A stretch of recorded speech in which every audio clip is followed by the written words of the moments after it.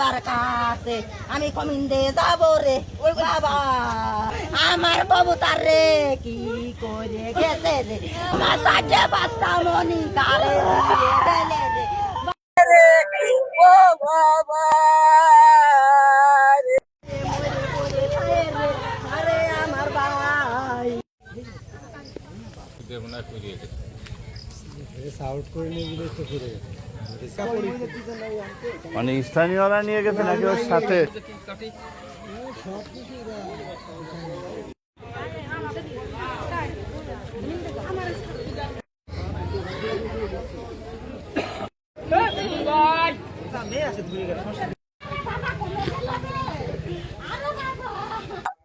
মনি গেরে বাটাই দিয়ে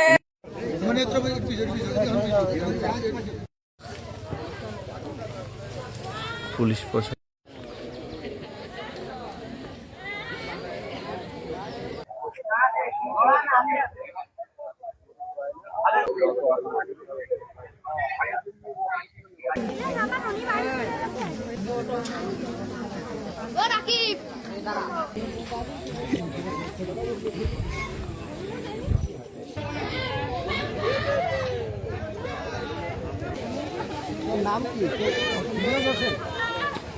পাওয়া গিয়েছে।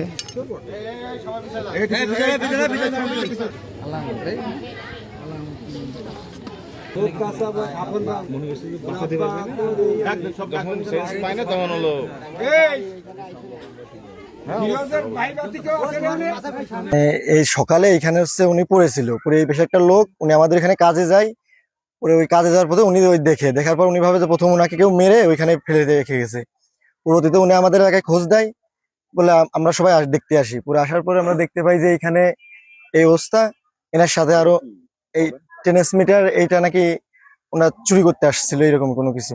তো ওনার সাথে আরো অনেকেই ছিল। তারপরে উনি যে সময় মারা যায় ওনাকে এখান থেকে টেনে নিয়ে ওইখানে ফেলে রেখে তারা পালায় চলে যায়। এটা হচ্ছে চাঁদপুর পশ্চিম পাড়া। হ্যাঁ, ঘুমোইছিলাম, সকালবেলায় লোকজনের আওয়াজ শুনে শুনতে পেলাম লোকজন মুখে মুখে বলতেছে যে এখানে একজন লোক মরে পড়ে আছে। নাম হলো ফিরোজ, এখানে জুয়ান দিয়ে সিটিতে বাড়ি, চাঁদপুর পশ্চিম পাড়ায় জুয়ান দিয়ার পাশে আর কি।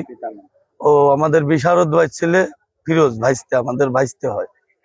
এখানে এসে দেখলাম, ওরে দেখি যে এই পোলার দাগ টাগ রয়েছে, কারেন্টে পোলার দাগ টাগ রয়েছে, ওই অবস্থায় পড়ে আছে। এখানে কারেন্টের একটা খাম্বা আছে, ওই মিটার খোলার ওখানে সরঞ্জামি মানে পিলাস টিলাস কাটার টাটার এগুলো রয়েছে, দড়ি টড়ি এগুলো ওখানে রয়েছে। মনে হচ্ছে যে ওই বিদ্যুতের ওই কারেন্টের পিলারের ওই মিটার খোলার মতো মনে হচ্ছে যে ওইটা ফুলতে উঠছিল ট্রান্সমিটার। ক্যাসিনোয় আসক্ত হয়ে একেবারে অর্থহীন হয়ে গেছে। অর্থহীনার কারণে আজকে এই ছোটখাটো যে কোনো কাজে লিপ্ত করছে। সমাজটাকে ঠিক এই দাঁড়িয়ে হয়ে গেছে। আজকে মোটর চুরি, টিউবওয়েল চুরি, এই ট্রান্সফরমার চুরি, গরু ছাগল চুরি, সব এই ক্যাসিনোয় আসক্ত।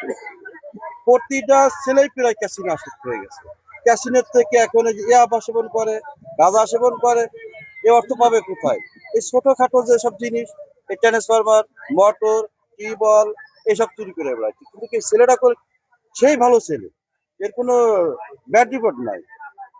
কিন্তু এর সাথে যারা সঙ্গভঙ্গ ছিল, আমি মনে করি যে এই চ্যানেলটা যদি ধরা যায় তাহলে মনে হয় আমাদের এই চোরগুলো ধরা যাবে। ধরা গেলে আমরা যারা পাবলিক আছি, সমাজে যারা নিম্ন পর্যায়ের লোক আছি, যাদের একটা মোটর কেনার সামর্থ্য নেই, কষ্ট করে একটা মোটর কিনছে, সে মোটর চুরি করে নিয়ে গেছে।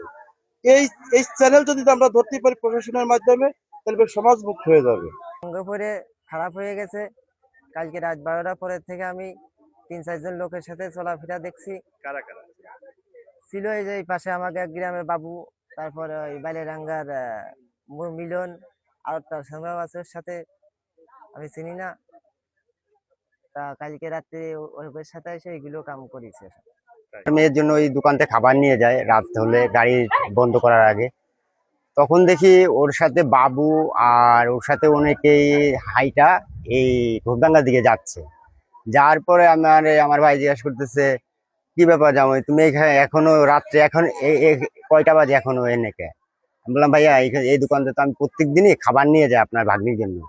পরে কয়, তাড়াতাড়ি চলে যাও।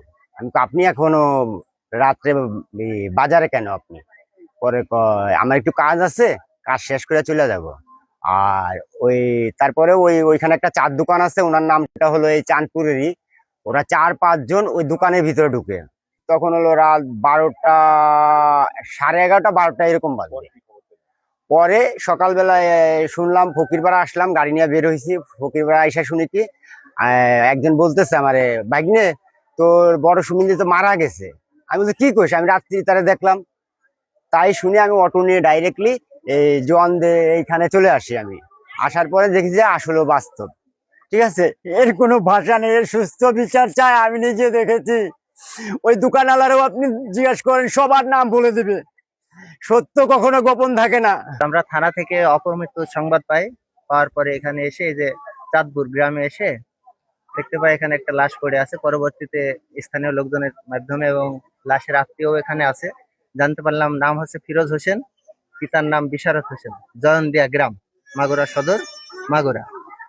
তার লাশ পাওয়ার পরে এখানে দেখতে পাচ্ছি কারেন্টের ট্রান্সফরমার যেগুলো থাকে, বৈদ্যুতিক ট্রান্সফরমার চুরির জন্য, এবং খাম্বার নিচেই লাশটা পড়ে আছে।